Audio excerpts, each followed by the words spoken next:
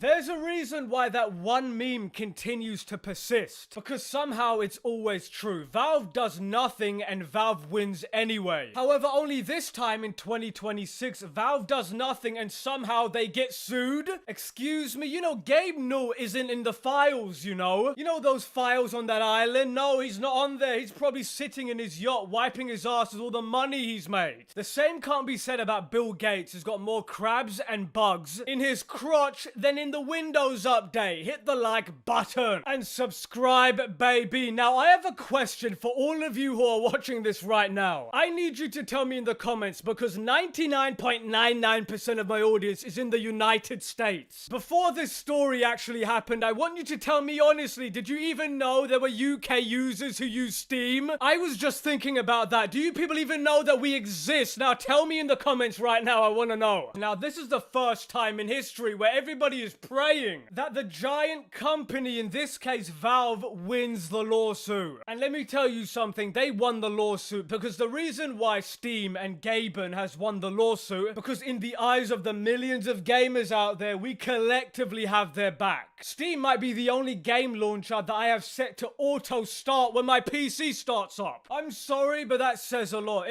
Steam reminds me of that time when Thor arrives on the battlefield. I think it was in Infinity War 1. Valve is here to dominate the battlefield. Dominate it in a way that makes the consumers have the power. Because gamers are the ones who are behind Steam, and gamers support Valve all the way through. Because I can speak for myself, definitely, that I chose a platform that represents me. Yes, indeed, because no matter what they do, I'm never using the Epic Game Store, Mr. Principal Skinner. You know, Tim Sweeney. Steam doesn't even set the price, by the way. So I don't know why he's complaining. It's up to the companies, and if they make Steam worse, I guess everybody will just end up pirating games again. Steam has tens of millions of users. Does Epic Games really want us to go back to piracy? If they somehow by the grace of God take Steam down, because you are going to get even less of that Fortnite money. Whether Epic Games likes it or Ubisoft or Microsoft, the biggest reduction in piracy was how convenient Steam is. So the reason why Steam has won this is because we can all see a corporate shakedown when we see one. This lawsuit has basically shined a light on the nonsensical drama that's going on, because this frivolous lawsuit aimed at Steam is a coordinated attack by Epic Games, definitely, because Epic Games will do everything but offer a better service than Valve. They'll never try and even add those successful features that Steam's got. They will never try to do that. It's more attractive to try and kill Steam and render them completely out of the picture, because in their mind, for some reason, they keep calling it a quote monopoly. But the thing is, a monopoly would insinuate a lack of choice. And as you, the gamer, the person watching this probably, you have a choice of a game distributor. Many choices, actually. You don't have to pick Steam, but you choose Steam because it's a reliable, consumer-friendly service, which is something Steam's competitors seemingly have never heard of. So they don't actually know what a monopoly truly is. Steam has a lot of goodwill because of what they do for the consumer. And the thing is, Epic Games, if a competing company has a superior service, like a Steam, you would do everything you can to provide an even better service to entice those customers to come over to you. But we all know you would never do that. It's much easier to cry and complain about it. Unironically, these people are not actually competition. Epic Games is not competing with Steam. You want to know why? It's because the competition is wildly incompetent.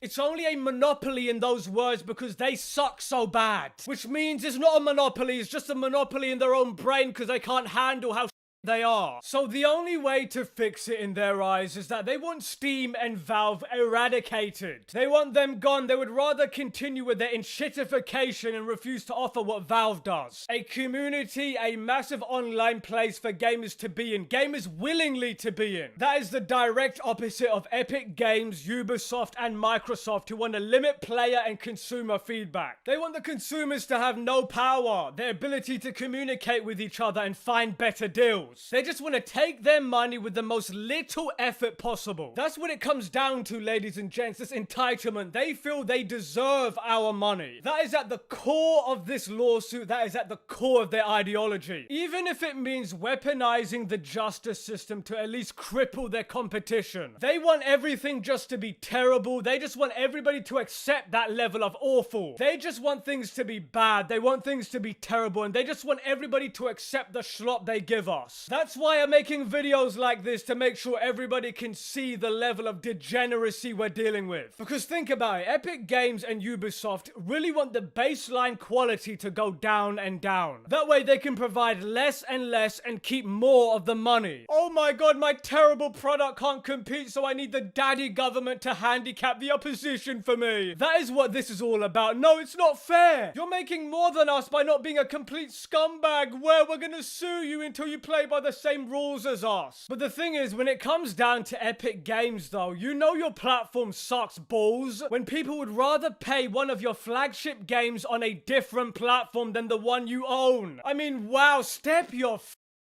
game up, you bums. And remember that Steam prohibits in-game ads and other shady things Epic Games and Ubisoft and all the other companies want to do so desperately. So I don't know what the outcome of this lawsuit is supposed to be. Do they desperately want Valve to merge with these platforms? I don't think that's gonna work out. Valve is privately owned, so they're really like a unicorn. I've said this previously in another video. That is really a unique thing in the current modern market, and Lord Gaben doesn't want to answer to anyone but himself. No shareholders, no board of executives stinking up the joint. Nobody can tell him and his merry band of vagabonds anything. And by the way, speaking of this lawsuit, none of the gamers who are supposedly named in this lawsuit actually asked for this lawsuit. They claim that gamers in the UK apparently want this. That is a load of bollocks. Let me quickly explain what's going on here. The UK, for some reason, uses a legal opt-out system. So basically, they're representing everybody in the UK who has purchased a game through Steam. So basically, nobody in the UK actually knows that this lawsuit is going on. And by the way, buried in the lawsuit is this frequently asked questions for each player to manually opt out of that system. So they claim that there's 14 million gamers who bought a game through Steam. They literally have no idea that they've even been dragged into this. And by the way, Steam themselves have said there's only 10 million-ish gamers in the UK. So even the numbers they used isn't even true. So yeah, just to add, it's an opt-out system. And in the lawsuit, it's like, if you don't want to be part of the claim, you need to opt out. You'll be given the chance to opt out if the claim is certified. We'll publish an option for doing this on the website as soon as the claim reaches this stage. Oh my god, this whole thing is just very insidious, isn't it? Because not only does this mean that there's a bunch of gamers who have been lumped into this without any of their consent, it also means that the people in the UK have no idea that this lawsuit is even a thing. The lawyers in this case, the prosecuting lawyers, can claim that they represent 14 million players without actually having to know any of their names, any of their points, nothing. They just accept all those people as part of the lawsuit, even though they have no idea they've been drafted into this, or whether they have the time to opt out of it. So yeah, like I said, these class action lawsuits can be made without your consent in the UK. It's absolutely...